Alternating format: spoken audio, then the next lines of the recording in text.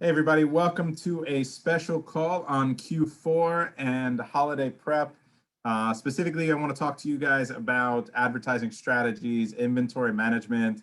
Um, this week in particular is Black Friday and Cyber Monday week. So there's trends that we've seen the last few years, and I think that it's going to continue again this year. So there might be some additional strategies that you want to implement for not lighting money on fire, hurting your ranks. Um, and obviously we all have challenges this year with new restrictions at Amazon. So we're going to discuss a few of those things. I'm going to open it up to questions and we're going to go from there. So the main thing I wanted to discuss with you guys and I've gotten a lot of questions individually about this and some posts in the inner circle about this. So I wanted to kind of just do a call, and we're at Tuesday already. So we've got the next few days.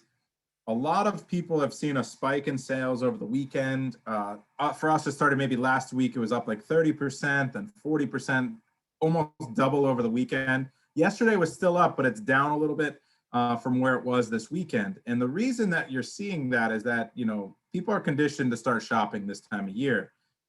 They're looking for deals. They've had things on their radar for a while. But this week in particular, historically, is a week where people are doing more window shopping than actually buying. And so what that means is that if you're running a lot of PPC, you're going to be in a position where people are going to be clicking your ads just to check it out, maybe add it to cart even, but then just leave it there until Black Friday to compare the prices, right? So if you lower your price for Black Friday, you run a special, add a coupon, then they're going to get a notification about that. And they're kind of just like adding to cart or bouncing and looking at competition. And what that does is just cost you money, right? Like, it's nice that you can become one of the favorites that they may purchase down the road, but the odds are most of them are just looking at a bunch of competitors and going to end up bouncing and buying somebody else, and you just paid for a lot of clicks for no reason. That's also going to hurt your ranking. So so it's not so much as like you lose a little bit of money, your ACoS goes up. It's also that your ranks could dip because of it. So if you're very aggressive with PPC, typically in order to maintain your organic ranks, you're going to need to maintain pretty efficient PPC. Bad PPC can hurt your ranks, good PPC can help your ranks. That's because good ranking is based on your overall performance of your product, your click-through rate, your conversion rate, your relevancy, your overall sales. All of those are factored in. So if you have a lot of people going to your listing, clicking on ads, and then going to it and not buying, that's going to end up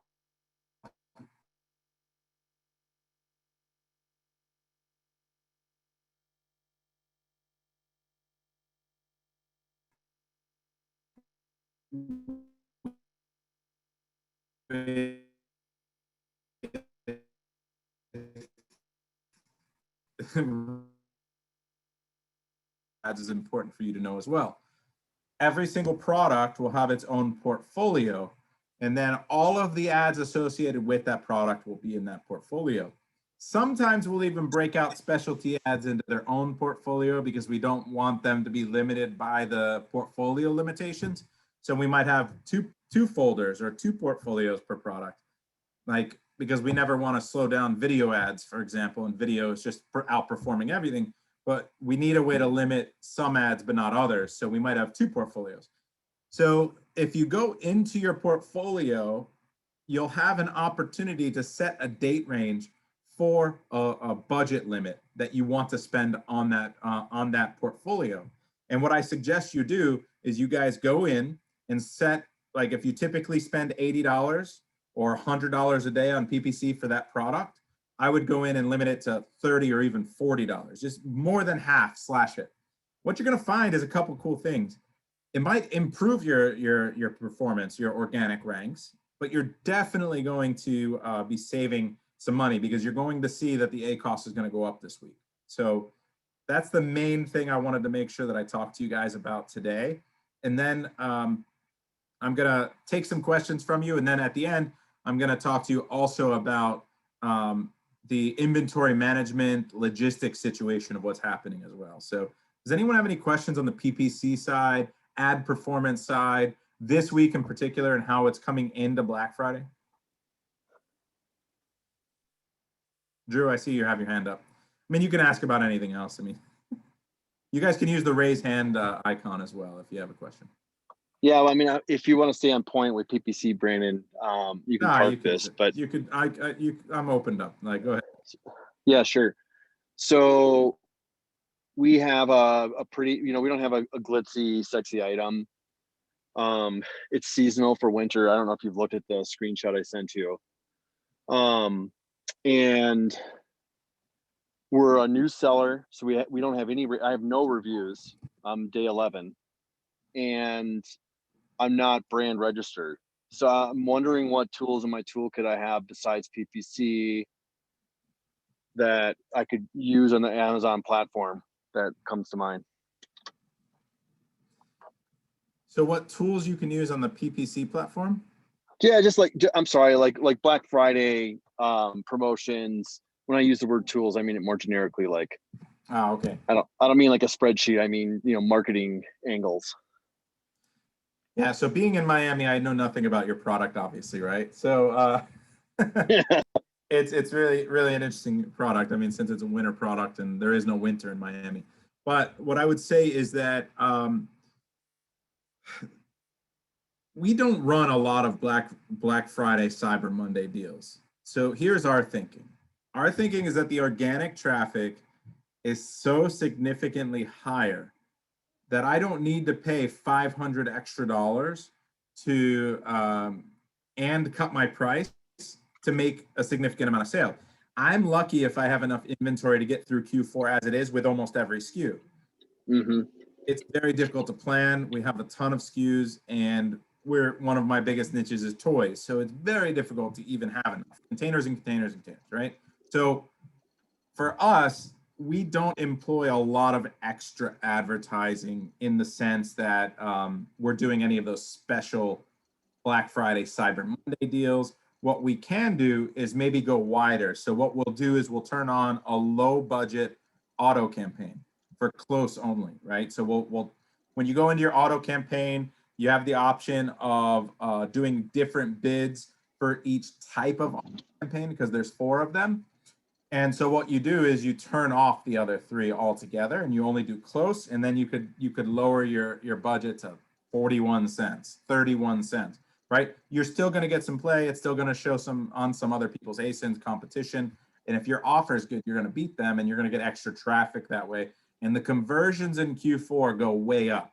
So one of the dangers and the things I see every year is that people are crushing PPC during the holidays and during Q4, and then come into like Christmas Eve and Christmas Day, they don't adjust their PPC back to what is normally performing well or like adjust it. And so now their ACoS goes through the roof and they light a bunch of money on fire again. So the way I would approach this, Drew, is that this week is going to be a shopping season. People they're going to be adding to cart, browsing. Yours is more of a necessity, but you're not quite there for most of the country. I mean, there's a few spots, right?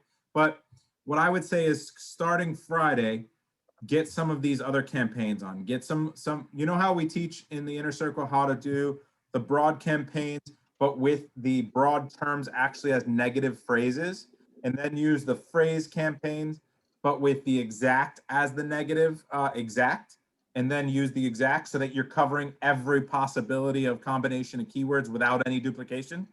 Got it. That? Yep, I understood what you said. Yeah. Yeah, so you're going to want to do that. You're going to want to, that helps you go as wide as possible. So you take your master keyword list, you take, the most relevant terms up down to whatever search volume you want, and you can just duplicate those campaigns. Now, broad and phrase, you want to stay a little bit higher search volume because they tend to be more of the root, right? But you can basically do those and extrapolate as far down as you want, and you're going to force Amazon to find things.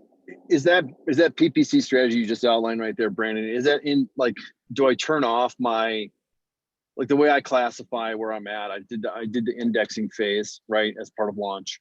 Now I'm into ranking, which is just trying to grow and maintain relevancy and rank. do I turn off those ranking campaigns that I currently have and then swap them You out just for the? optimize them out, right? If they're not doing well, Sure. yeah, you turn them off. But if, like, let's say you've turned off every bad performing keyword and you still got one or two good ones in there, leave them on. Got it. Don't try to create a new campaign with anything that's performing well with PPC, because what happens is you might lose the quality of that campaign and that has already performed well.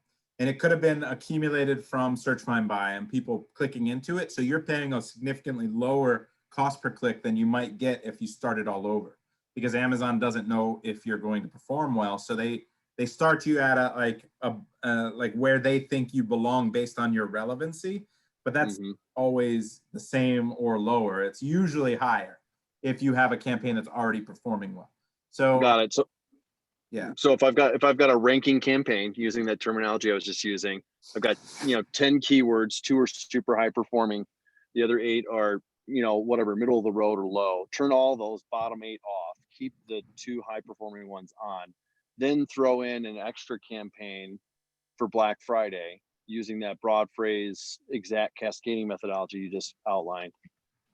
Make sure that you're doing those in each of their own campaigns, and you're also limiting 8 to 10 keywords maximum per. Oh yeah. 6 to 8's the rule of thumb, right? That's totally. The threshold we like to stay in is 6 to 8 keywords per campaign, because Amazon will throttle the impressions.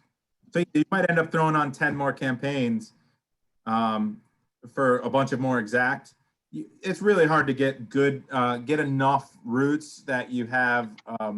You don't want to between your broad too. So like, I don't have that many keywords, man. I'll have like 2 campaigns max. So. Yeah. So you're not gonna have a ton anyway. So you have like your broad, your phrase. You might want to split it up by search volume if you have significantly high search volume than lower search volume. You don't want like them in the same campaign either. So you might end up splitting it up with only 2 or 3 keywords, right? But yeah, like that's exactly right. Cut off the ones that aren't performing well. You can try them again in another campaign, and maybe they do better when you have some reviews and you've optimized the listing a little bit more. Right. During the holidays, now they'll pick back up, but you've already killed the performance of them before, so now Amazon doesn't trust them. So now like the quality isn't good. So you have a quality score at a keyword level, you have quality score at an ad group level, a quality score at a campaign level, and so you want to make sure that you're not sacrificing the quality of any one of those with other bad things. And things will get better for Q4. So what you need to do is you need to maybe try them again in their own campaign. Just because they weren't doing well before doesn't mean they're not going to do well, because everything does better in Q4. So I'm absolutely confident our offers, from a customer's perspective, our offer is 2, 3, 4, 5 times better than our competition. Yeah, so your images look great. I think what we're going to end up doing is your initial thesis here is like, look, there's so much more traffic. If you've got a compelling offer, you're going to see your sales go up. Your conversions are going to go higher because people are primed to buy even further than they are in steady state. That's right. Yep. That makes sense, man. All right. Well, congrats and good luck, man. I'm glad you launched. I got 2 SKUs I launched. I did a 2-pack and a single pack. I had no idea. I'm like, oh yeah, I didn't even think about doubling my work. I haven't optimized any of my workflows or anything. Which one's selling better, the 2 or the 1? The 2. The 1's actually just there for real estate, just taking up real estate. And then I do a product targeting campaign on my own 2-pack listing to take up one more spot on what my competitors would have in my best-selling 2-pack. That's awesome. So it's working out well, man. We're going to be fine on this product. Like I said, it's a test product. We're doing all these things that we're discussing right here just to figure it all out. So it's all about walking the process, becoming an expert at it before you really like start cranking it. And totally. And that's awesome. So how long were you in the inner circle before this launched? Yes, it's funny, dude. I meant to send you a note. I got busy with my launch. My 1-year anniversary was November 22nd. Dude, that's awesome, man. And so, I mean, it took you a while to really go through the process, development, learn. My lead time is mostly related to 2020. COVID's got its thing for everybody, but I also had a bunch of personal challenges, which pushed me out probably 4 or 5 months. Yeah. So I'd say like anyone joining the inner circle, I mean, if you put your heads down and you stay focused on it, you're easily 6 months by leveraging your methodology and getting a product that you can feel confident can launch successfully. Yeah. Dude, that's awesome. So I'm happy for you. And so on the tracker, you guys are profitable daily already? not yet, not yet. I'm running some experiments with Google Ads. My mini chat was a fail. I'm going to come back to that.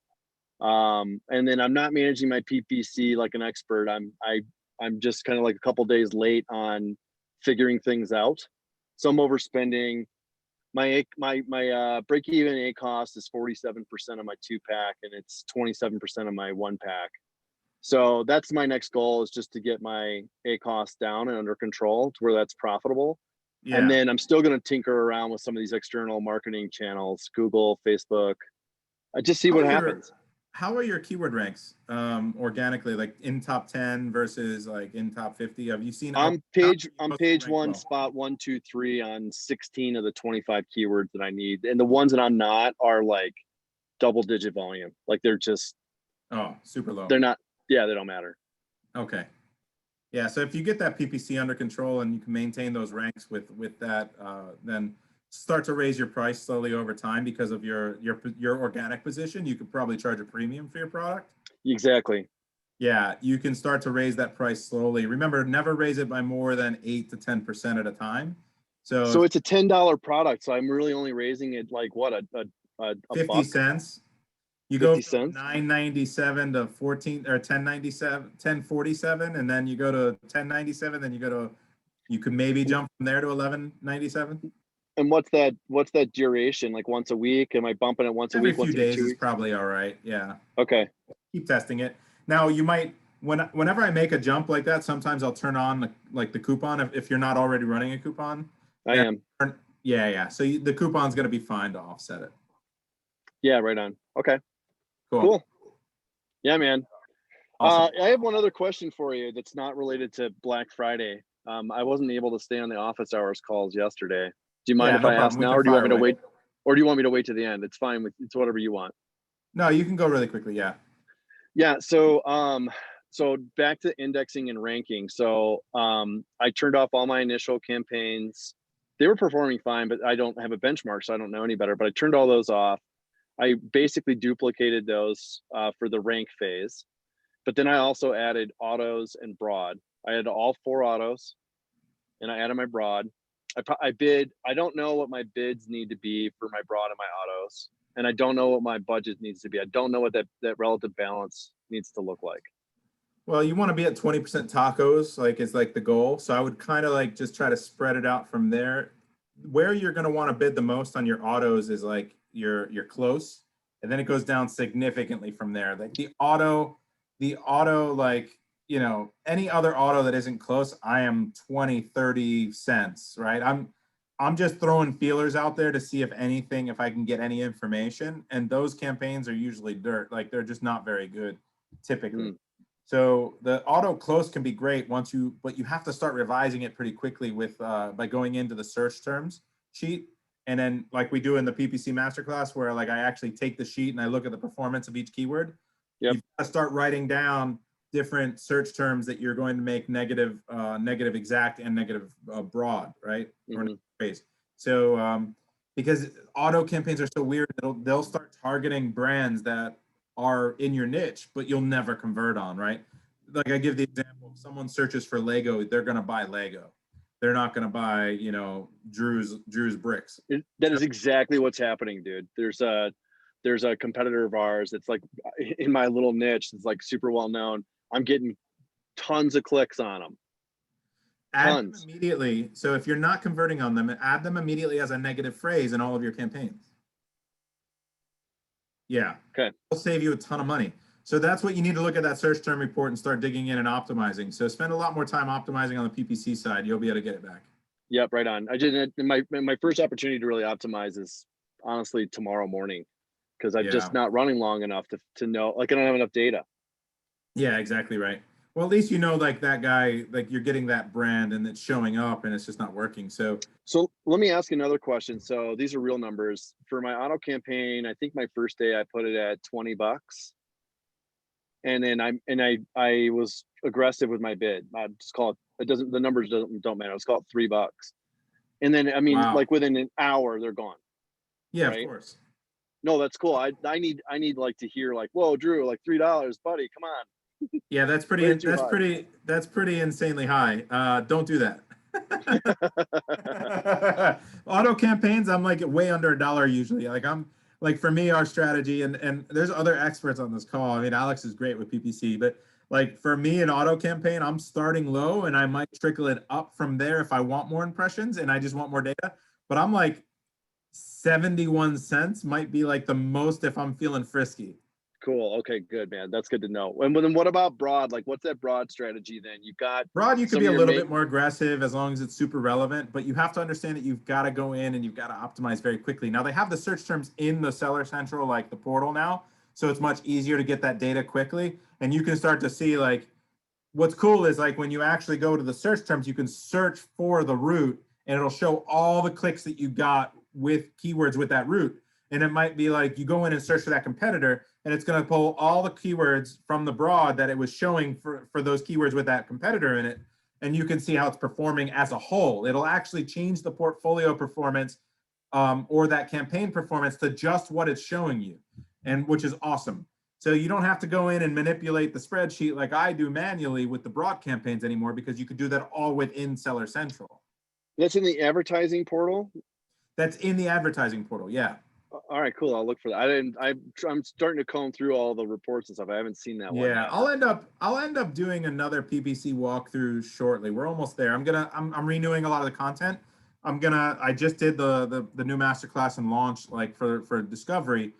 Sourcing optimization. I'll get to PPC probably within the next 30 to 60 days. Cool. Okay, you can't do it by tomorrow morning by chance. Cool, man. Thanks a lot. I barely had time for this call. No, I hear you, dude. I hear you. Thanks for that. I really appreciate it. I hope it's helpful for others too. Thanks. Yeah, good luck, man. If anyone has a question, they can put their hand up. This is a really open call.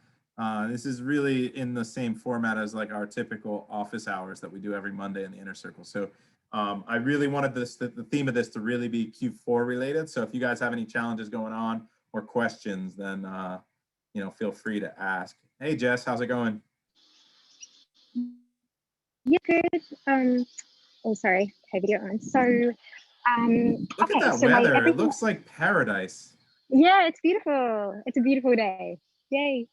Okay, so everything's going well with the rank. Like my BSR, all the keywords are heading in the right direction. So I'm targeting 6 keywords per toy, 2 giveaways for each keyword. Everything's going in the right direction except for one keyword. Now that keyword is in my search terms, and I just don't understand why it's showing that I'm indexed for that keyword, but then when you look at my rank, it's greater than 360 or whatever that number is. Yeah. Okay, so this happens sometimes for a couple different reasons, and I've seen it, and so that's why tracking your keywords is so important. It's awesome. First, let me ask you, how did it go with your container? Because like, talking about launching, and last I had heard you were in the middle of it. Like it was rough. So rough. But the turnaround was only like 14 days. So they only had my container for 2 weeks, and they said it could be longer than 3. How long did they say? You were panicking, and rightfully so. It was very scary. And rightfully so. Brandon, did you hear the safety certificate for my toys was fake? So that was terrible. So US Customs, CPSC have my 2 containers, and I find out that the safety certificate is freaking fake. Like, can you imagine? So anyway, what happened? Your supplier actually faked it? Yeah, she denies that she knew it was fake. She's like, oh no, we got it from MTech Engineer. They do all of our toys. But how I found out was because I spoke to Misty and I asked her, oh my gosh, US Customs has my stuff. Can you just check that this report is correct? And she said, oh, it looks like it's missing one particular test. Can you ask MTech to get that test? So I asked MTech and they're like, this report's fake. So you can imagine how much I was stressed out. That's like 200,000 worth of inventory. But anyway, all good. So thankfully now you've gotten it tested correctly. Everything's safe, and yes, you tested it, and you've got your containers released, and you were able to launch your products a week before Q4. Yeah, there's a catch though. I'm still FBM. So Eddie couldn't get it in. His trucks were full. So even this morning, he was meant to send it in and Amazon pushed them back Okay. until tonight. So I'll How many get new in tonight, products but did you launch? 2. So And you they're have two, you have the 2 you launched before, and now you have 2 more. So you have 4 total? no, 3 total. 1 I'm just selling through. That was my first product. But yeah, yeah. So it's looking really good. Like even with FBM, like today I've already got like 13 organic sales for That's one of awesome. them. Yeah, so I think that will be my best seller, to be honest. PPC have outsourced and Toby is going pretty hard with PPC and it looks like I think it's hurting my rank, to be honest. So I'm going to talk to him about that. But I was Most kind of outsource, happy. when you outsource PPC, they don't know our strategy. They don't know what we do. Yeah, no, Toby's in this group, but he said he does it a little bit differently to you. And it looks like for the other 2 toys, it looks great, but for this one in particular, yeah, I'm going to ask him to turn off Toby. anything that's hurting. No, he's really good. I highly recommend him. And I didn't want to Okay. deal with the stress of PPC, to be honest. So, Yeah, I understand. I understand. yeah, but okay. So with that one particular keyword, what do I do? Okay. Do I keep pushing? So So let me I've ask only you, been, because here's yeah, what typically happens. We want to get coverage on keywords, so we have long tail keywords at the beginning of our title, and then we put long tail keywords in the middle, and more long tail keywords at the end with a bunch of different yeah, roots, and we're trying to combine them all together. And so what happens is you want Amazon to pick out 2 words out of 6 and give you credit for it, and sometimes they won't do it. Sometimes the algorithm got just it. skips over it. So you might have to, as bad as it is, go back, and you're in your honeymoon, so it's perfectly okay to do this. Go back into your title if you have the space for the number of characters, and if you don't, you need to revise your title a little bit and try not to lose any roots or keywords. Go dash the one you're missing, dash. Literally, it could be 2 words, right? But you need to get it in there by itself for Amazon to pick it up and understand, okay, this is what they want to sell. I had It's, the keyword though isn't that amazing. Like it's a 3,000 search volume. It's Like is it probably, worth? but what is the broad volume of it? Because if it's 3,000 as a main, you have to think about everything you might be missing out on. Yeah, it's got one major root in it, but that root word is in so many. So Okay. it's All right. already So in I my mean, it's title, that still root worth it. word. Maybe put it at the end by itself, but Okay. you don't ever want like to the way we win is to go wider and be ranked on everything well, right? Like on Yeah. words. So you don't ever want one that you're just punting away for no reason. Like there's an opportunity Yeah. now on your honeymoon to fix it. Go ahead and fix it. That's Okay. your competitor. So I would go in and surgically insert it and make sure that you do it properly. I had Okay. something happen this, like we launched 32 products in the last 3 weeks. And I didn't get a chance to do all the optimization because my team is doing that, and I didn't get a chance to rewrite all the listings I wanted to rewrite in time because I don't have a full-time copywriter, and most of my team's in China.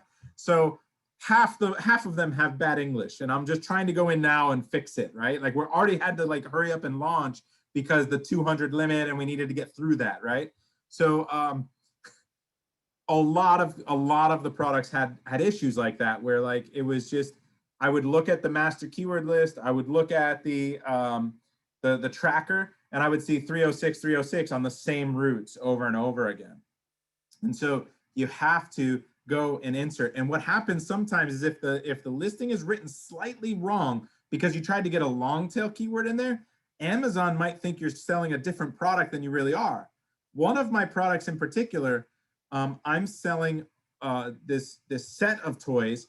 They think I'm selling one of the accessories for the set because it's in the main, like it's a high search volume accessory, and it's listed in that first phrase. And so they think I was just selling the accessory. So all of the major keywords to do with the sets, I was off the first page and I couldn't rank well for. I was like in 60. But all of the accessory keywords I was ranking in the top 5, but not converting as well because I'm not only selling the accessories. So I had to go in, rewrite it, be very specific what I'm selling, and then alter reset all my PPC and basically do a relaunch on day 8. And luckily within 3 days, I was able to turn it around and fly up the ranks for the correct one and drop the accessory as like the main thing I'm ranked for. And I'm still ranked okay for those, like the accessories. It's kind of funny, but yeah, you have to keep, that's why you have to track and you have to understand and then you have to understand how to optimize and change it around. But don't miss the And opportunity on your honeymoon to do it. yeah, and can I ask, so if I've done 3 days of giveaways now, so if I put that word into my title, should it the next day show that Yeah, it's that going to okay, it's going to be within a very day? quick. Yeah, it's Got going to it. be very quick. If you're continuing to do any type of giveaways off of Amazon or outside marketing, it's going to be very quick. Okay. And then one more question. So you know how I said I was running low on add to carts? My Facebook ads are back and running and I'm getting fresh meat, so that's good. But do you think it is dangerous if I target the same person with the 2 different toys and get them to add both to add to cart? No, two No. is not Oh, enough to be good. a trigger. Okay, great. Once you get past 3, then it starts to become an issue. But think about it this way, like think about all the major toy brands that are out there and how many people love all of their products. Like if you think Amazon's out there like punishing Ninjago or like, any given like brand of things that kids love, like it's not that typical. So I think that you're going to be okay. And as you add more SKUs, it's just going to be more and more typical. People love your product. They're going to go look for what else you sell. And Amazon's pushing that. They're pushing storefronts. So what happens typically if they're pushing your storefront is that people see you have, like for us, we have like 80 good toys. Like, okay, well, great. Like I want to buy 3 of these things together. It's just natural because people want to like, for ease of shopping, like, I'll take this, this, and this, right? So it's going to be out of your control. It's going to happen naturally anyway. So I don't think it's a big trigger for Amazon. Where it could be a problem is if they start reviewing everything and you get too many reviews in a short period of time from the same person. That's why you got to be careful, like who you ask for reviews. Don't do any review manipulation, like in that aspect. Cool. Great. Thank you so much. Happy for you. Congratulations. Oh, are you officially on leave too? Yeah, I actually, because I didn't know how long the container was going to be held up for, I said to work, you know what, I'll keep working for another 3 weeks. And then bloody hell, I'm in the middle of a launch. I'm like, I cannot work. Like, so I called her up and did the whole dodgy, like, I'm really sick. And how about we just start my annual leave now? So I feel so bad, but I just had to. Like, how can you launch 2 products and work full time? You know what I mean? Yeah. So That's all amazing. good. That's amazing. Yeah. So anyone watching that isn't in the inner circle, Jess is one of the superstar students in it. She's one of the rocks. She's absolutely crushing it. And her and her husband are going full time now. Yay, we are. Over a year. Yeah, just over a year of being in the inner circle. And so proud of you. Yeah. You absolutely. Thank you. But you put in the work. You're on every call. You're asking questions from your office cubicle. You're watching office hours. Yeah. And asking questions. And so you're going to look back at that in a year and realize where you started. It's so awesome. I love the story. And I'm so happy. Yes. Thank you. It's just been life-changing joining your group, and like this is my dream come true. It truly is. So I'm so excited. Thank you so I can't much, wait Brandon. to get to Australia and hang out and party with all the Yay! That'd be so good. It's gonna be great. Thank you. Thank you. Take care. Bye-bye. Hey, Robin. Hey, dude. It's just a clarification on a question that I asked yesterday. I felt bad. You looked so stressed I needed to go, so I didn't follow up. I'm in the middle of it. You have no idea. It's so ridiculous. I'm so understaffed. Today I was able to get a little bit more hands, so I don't have to be out there unloading the container that's still there. Like we have a second container that arrived today. And I realized I made a giant mistake. I did not get a big enough warehouse. Uh-oh. So I just signed a 2-year lease, and now I realize I have to move. So it's not good. Well, you look better than you did yesterday. I appreciate it. Yeah. Yeah, it's just for sending in stuff for Q4, and I wanted to confirm you said that UPS will be the quickest. And is that doing that via Amazon Partner Carrier then, or is that something that you said? The partner carrier is going to be UPS or FedEx, right? So you do one of those guys, and then that'll be by far the fastest check-in. Do not put it on a pallet and send LTL by partner. So there's another option and an LTL partner.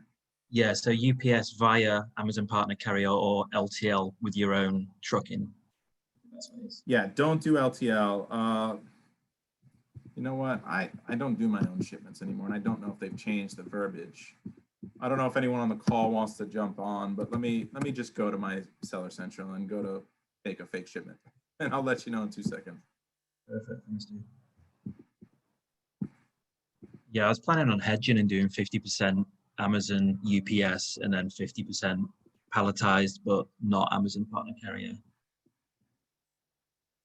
So we were actually sending in LTS the last couple of weeks, and it was much faster. And UPS actually lost 1,500 units of our products with SPD.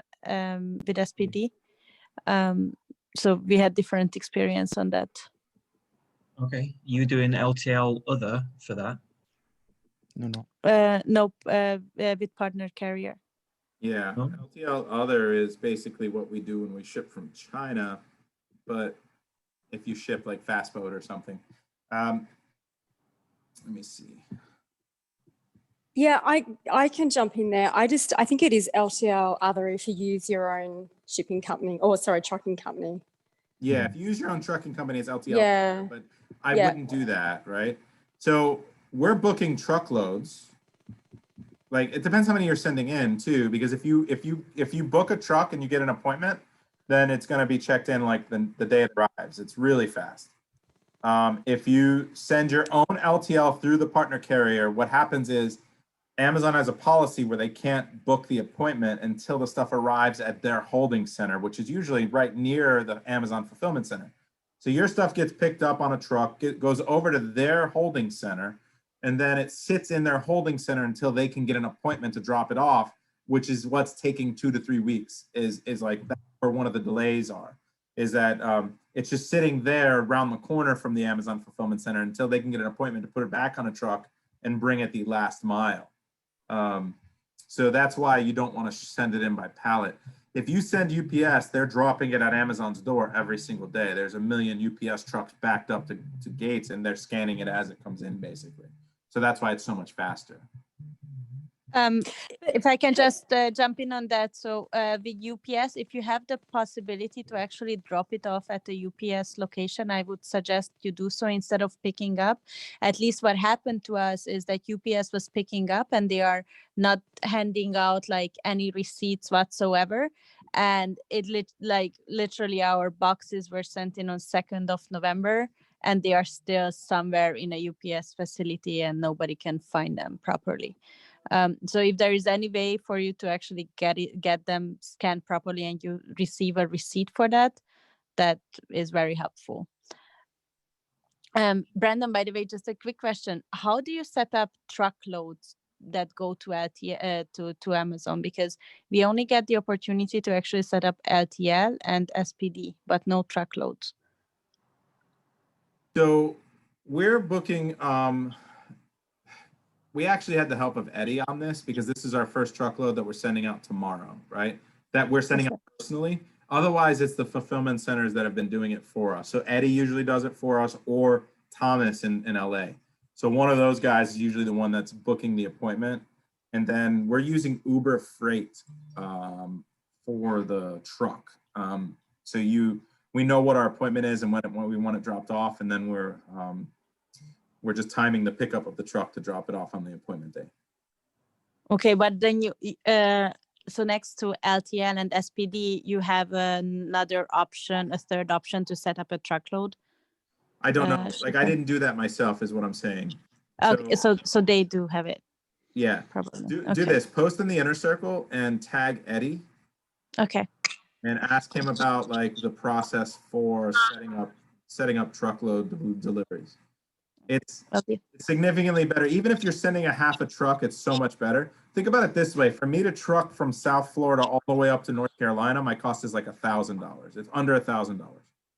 So I'm paying for 26 or 28 pallets, $1,000 to send in, which is, $30 a pallet, like, $35 a pallet, nothing. Awesome.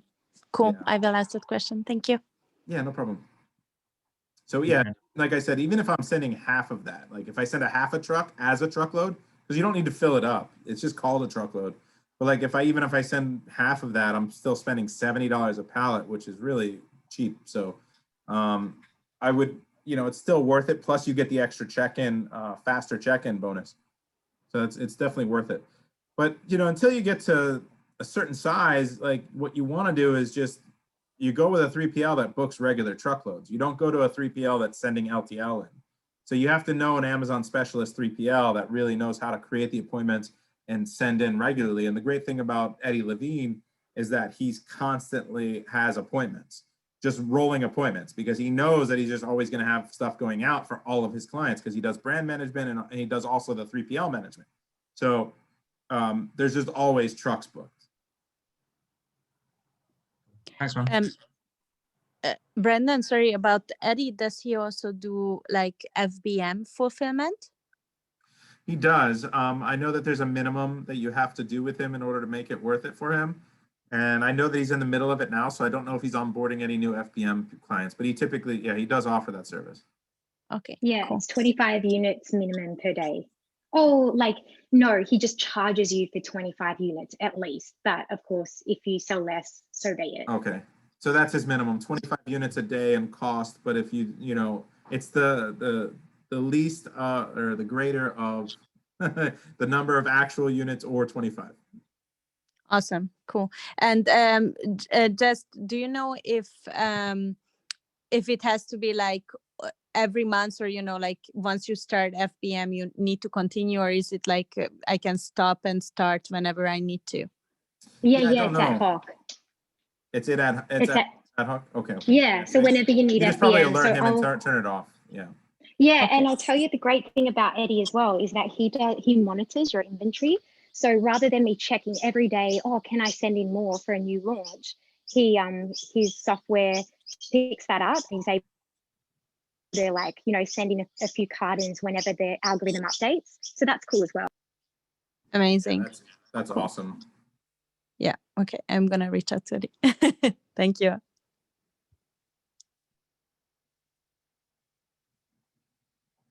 Sorry about that. My son is messaging me.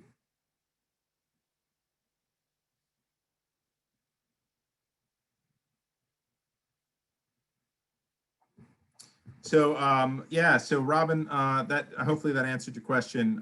Hey Debbie, how are you? Oh, hi guys. I'm good, thank you. Good to hear from you. How was your Q4? Yes, interesting. As always, you know, Amazon roller coaster. So after not being, you know, getting to the position, being stuck in that, you know, algorithm position 30, recovered, and I think we got to about 600 BCR 600 bestseller in toys in the USA. So it was huge. And That's selling, awesome. yeah, That's awesome. Yeah, so selling up to 300 a day, ran out of stock clearly.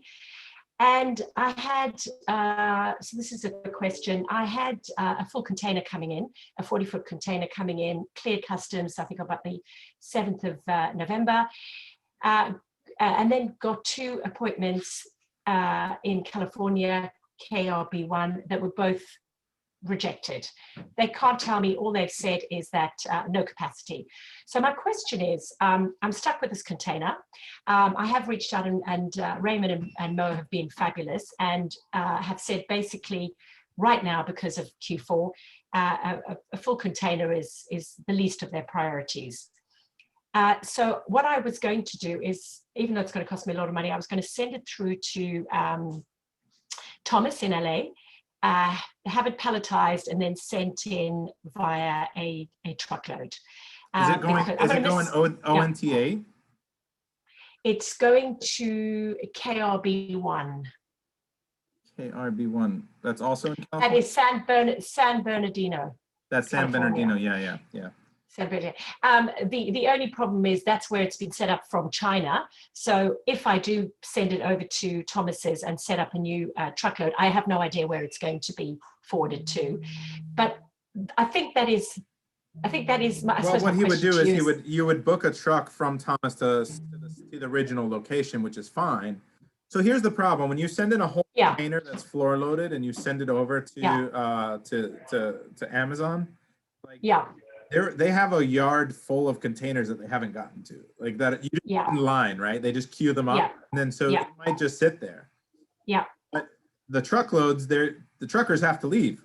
So they unload them immediately. So the truckloads are just so much faster. It's going to cost you a little bit of money for him to deal with the. I think to unload a container, he's charging upwards of $1,000. Believe me, after unloading a couple containers myself with 2 other guys, Yeah. I would pay at least double that because Yeah. so many boxes and such a pain in the ass. Like I'm stored everywhere. Yeah. But yeah, no, and I have to do it because for every day I'm not selling. I mean, I've missed Black Friday. yeah, Cyber I think Monday, at this point, but like I you just need wanted, to pull the trigger and do it. Yeah. yeah. So I'm desperate. So I think that's what I'm going to do, and just get it sent over to him as soon as possible, and in as quickly as possible, exactly as you said, as a truckload. And then from now onwards, I am using Eddie. I have learned my lesson, and Eddie's the man, because I don't need any of this in this crap anymore. No, and I'm so hopefully you get it in there and get your ranks right back. I mean, at the peak you were at, I can't imagine how many thousands of units you could sell every day. So I don't imagine one truck is going to be enough anyway. No. No, I'm going to have to send them in ASAP. So what you're saying is just keep my shipment, even though it's coming in from Amazon, just keep it in and just because it's 9,600 units. I obviously won't send that in a truck because that's a full 40-foot container. So it's going to be significantly less. I could cancel that and then and that will allow me to send more into Amazon. Yeah, I hope so. Like you need to, because I don't know the delays on updating your inventory requirements and your. Because if I cancel that one, immediately 9,600 become available for me to create new shipments. That's what I'm wondering. Is it immediate? Like I don't know if it's immediate. Oh, it was before because I had to play around with the okay, good. Yeah, so yeah, that's phenomenal. Yeah. I can tell you that like a container fits like a little over 30 pallets and a full truckload's like 28. So it's really close. Oh, full truckload's almost the same as a container. Almost the same. Yeah. Yeah. Oh, then I'll just keep that shipment, even though, but it hasn't been set up as a truckload. That's the only problem. Yeah, you might need to just try to get another appointment as quickly as possible and then get it straightened out. Like, but I'll speak to Thomas about that. Yeah, talk to Thomas and see if you can get a truckload booked. He usually has like one truck going out. And he's trying to get more like to your location. Maybe he'll be able to get it done like as quickly as possible. I've just got to get the other shipper to actually get it to his location. But thank you. That's what I'm going to do. And you know, it is what it is. It's the Amazon roller coaster. You just ride it, don't you? We do. Yeah. Thanks so much, and thank you so much for everybody's support. I really appreciate it. All right.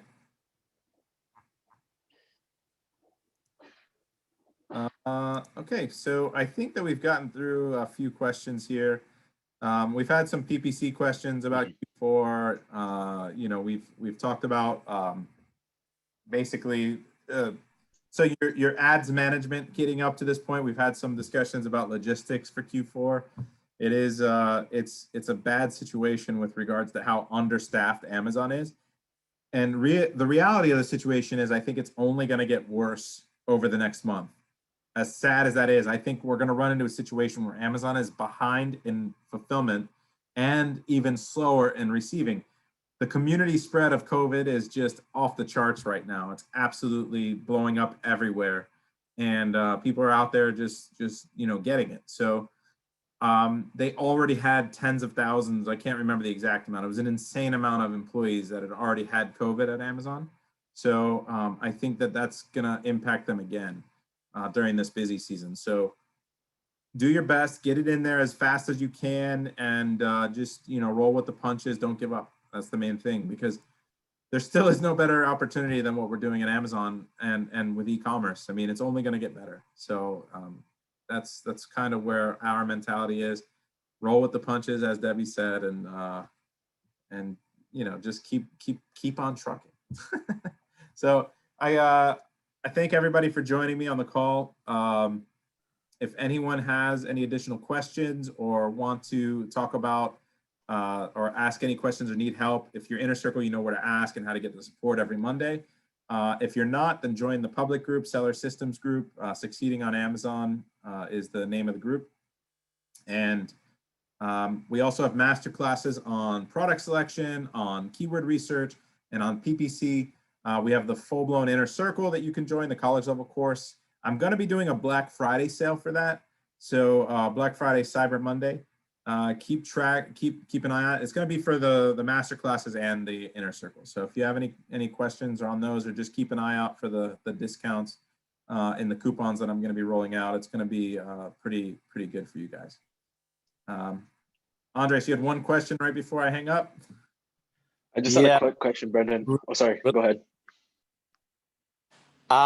Do you suggest to use coupons for Black Friday on some of the products, or is not a good idea to do coupons? Coupons are fine. I mean, you just got to calculate them into your budget. I don't know that they're necessary. They might. So what coupons can do is give you the edge on a click-through rate, and the conversion rate is mostly going to be from the quality of your offer and product. So you can test it with and without. I think that most people are going to have great years and like way higher than expected sales. You might not have enough inventory as it is, so why give away that extra amount for no reason? Like, our goal for every Q4 is just maximize profit.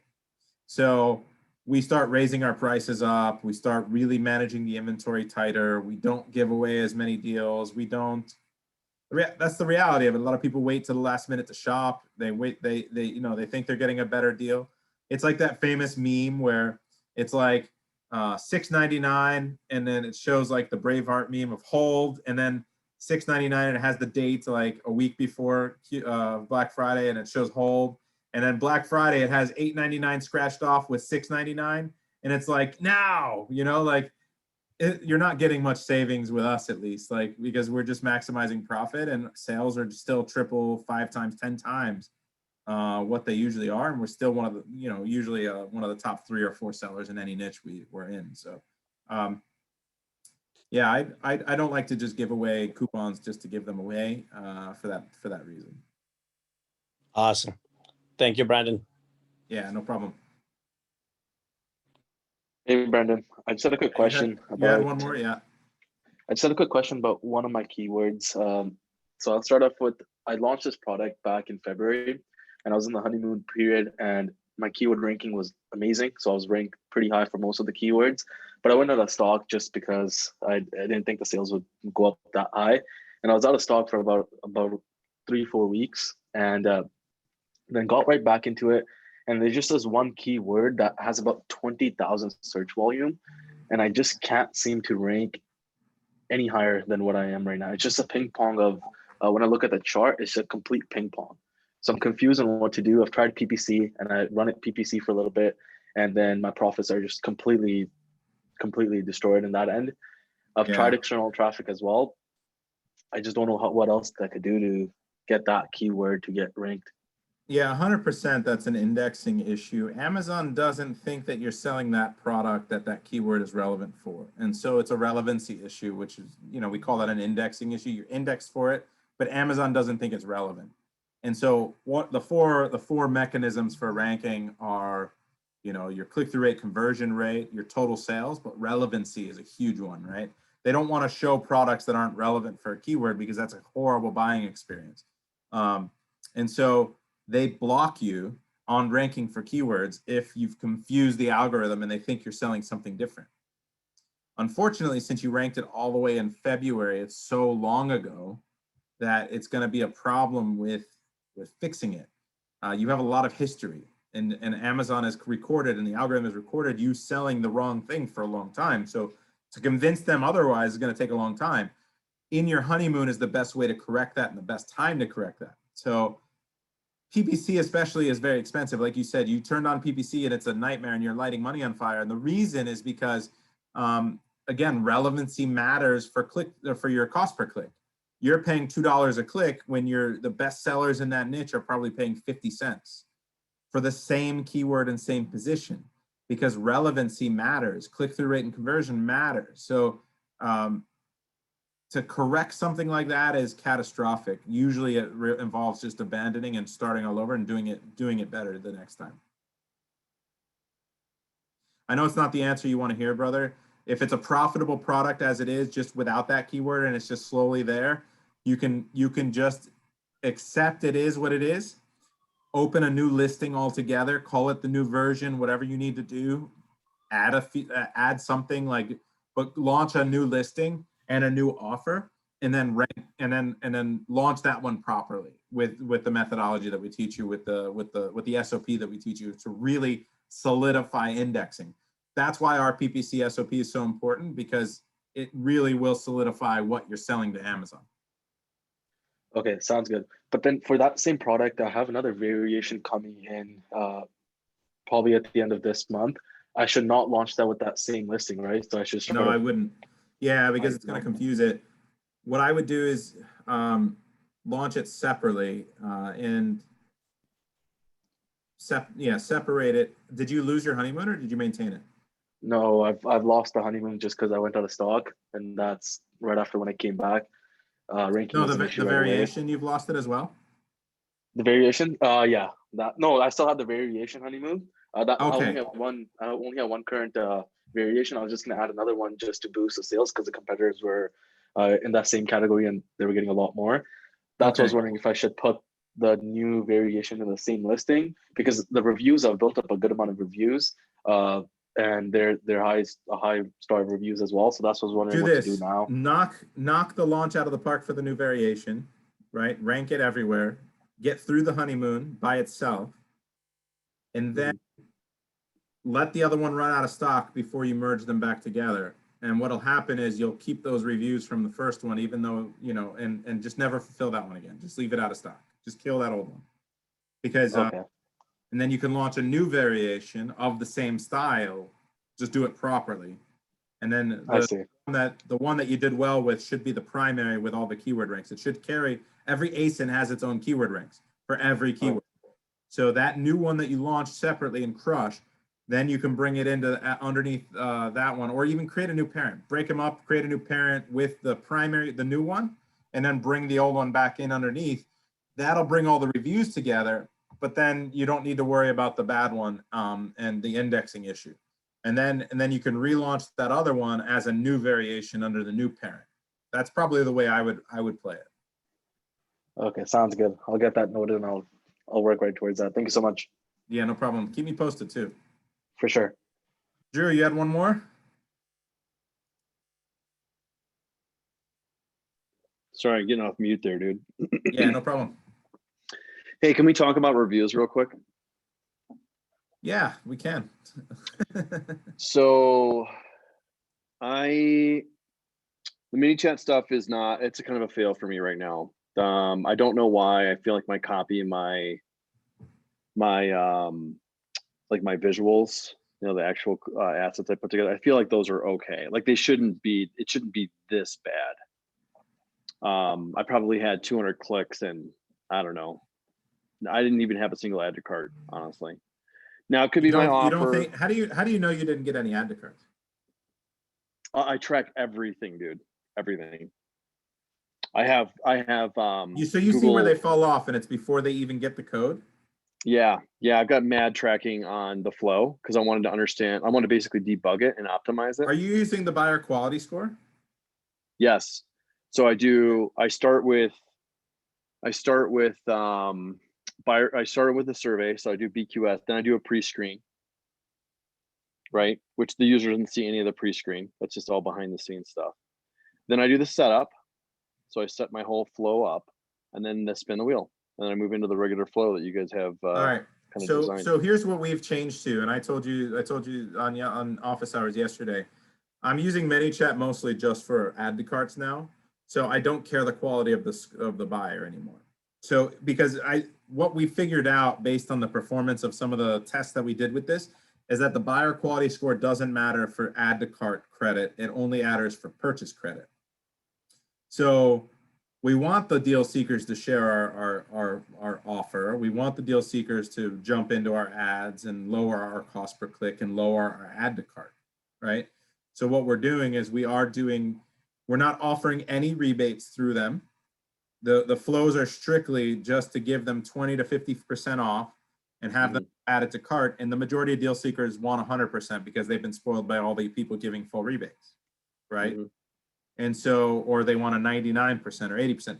And believe me, every single other person messages and say, can I get a bigger discount? Can I get it for free? You know, like, I know that they're going and adding it to cart. and I know that they're not happy, and I know that they're not buying it, but I'm still accomplishing the goal of the add to cart for the rank. So Got it. this is a public call, so I don't want to get too much into our ranking, like all the ranking stuff that we do in the inner circle. Sure. That's what I was asking before. Yep. Yeah, no worries. So what I would say is switch it up to your flow, take out the buyer quality score, go straight into giving them the code, and make it as seamless as possible. And then you can do the spin wheel follow-up flow still to add, just to engage whether they actually went and added it to cart. So you can get a little bit more confirmation. Got it. Then get your full purchases in another way, and one of the other ways that we discussed. So I was actually wondering about this. I was talking to Ajay, and one of my theories was people are actually want to buy my product. So the reason that they're not converting through the flow is because they click on it and they start going through a survey and they're like, what the hell is a survey for? I just want to buy the damn thing. Yeah. Well, that's the thing too. So you're actually going to limit that. And if your audience is good and they're like, if it's a good quality audience that actually wants your product, you're going to convert on the 25%. And that person's not likely a deal seeker. Exactly. That's great also. So get rid of the buyer quality score, make it more seamless, give them the code right away, the unique code right away. And then you'll see your cost per message and your cost per add to cart go way down. Got it.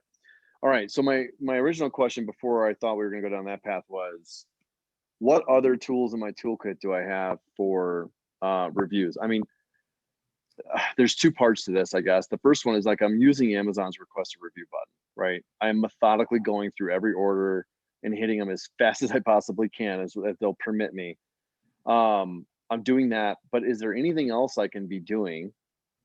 And I recognize what I'm asking. I know what I'm asking. Yeah. Like, what are so the one of the tools in my scariest things, one of the scariest things is like reviews, because that's where you're most likely to get suspended and lose your selling privileges, right? And you don't want to really.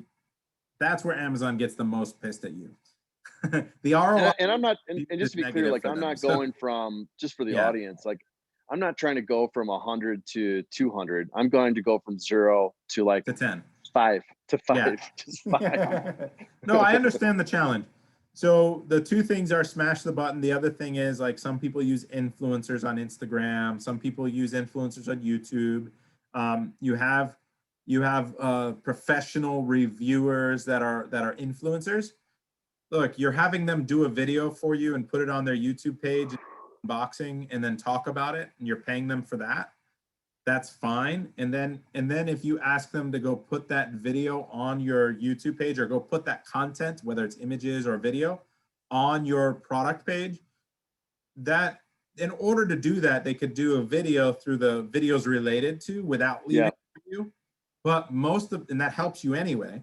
But most of the time, they're going to leave a review also without you asking for it, right? So be careful what line you cross. Be careful what you're doing. But I think that's a safer way to try to get a few people that are influencers to maybe do it. So I ended up getting one person leaving me a seller feedback, and the seller feedback was clearly a review. Like if you read the text, it was like, is there a way or technique for me to convert that in any way without, I don't know, getting Amazon all fidgety? You used to be able to comment underneath and say, hey, thanks a lot for the excellent feedback. Can you also leave a product review? You can ask that there, right? Don't do that too often. Like, I think if you message everybody to do that, like there's a threshold where it pisses Amazon off or it creates like a flag. But I would say you're probably okay doing it for a few times. So you think, I mean, the language that I use, I am hesitant to be that direct with an individual. Is there like any subtle way, like wink, wink, hey, thanks for leaving the product feedback, but you know, customers would benefit more if you actually you know, put this in the place it's supposed to go. You can be pretty straightforward. Like if you can you also leave this comment on our product page, right? So don't call it a review, call it a comment, and then say product page. You know, like you can. There's certain keywords that you want to avoid necessarily. Like we have an issue like sometimes where we'll correct an issue with a customer who had a negative experience, leaves a negative review. We're not going to message them and tell them to go remove the review, but what we will say is update your comment. Hey, if everything's satisfactory this next time around, or the product was better, please take a moment to go update your comment. Look, a third of the time they go do it, the rest of the time they don't. They're just happy to get another free product and tell you to F off. But Sure. it works sometimes, right? We're not very aggressive with reviews for that reason, because I know, and it makes a huge difference. It's a giant kick in the nuts, and I have products that I've lost, God, an unimaginable amount of thousands of dollars because I don't cheat reviews. And I know it. And I know I get attacked with negative reviews, but I'm doing well enough without doing it. And I don't want to risk my, my multi-million-dollar business for that one SKU. And then, I'll just relaunch it. I'll do it again, and I'll try to do it a little bit better next time. So you got to just be careful. Yeah, right on. Okay, cool. Thanks for that, man. I appreciate it. All right, guys. Well, take care, everybody. Happy holidays. Happy Thanksgiving. Don't waste too much money on PPC this week, and I hope that everyone crushes it. Lots of money to be made out there. Take care, everyone.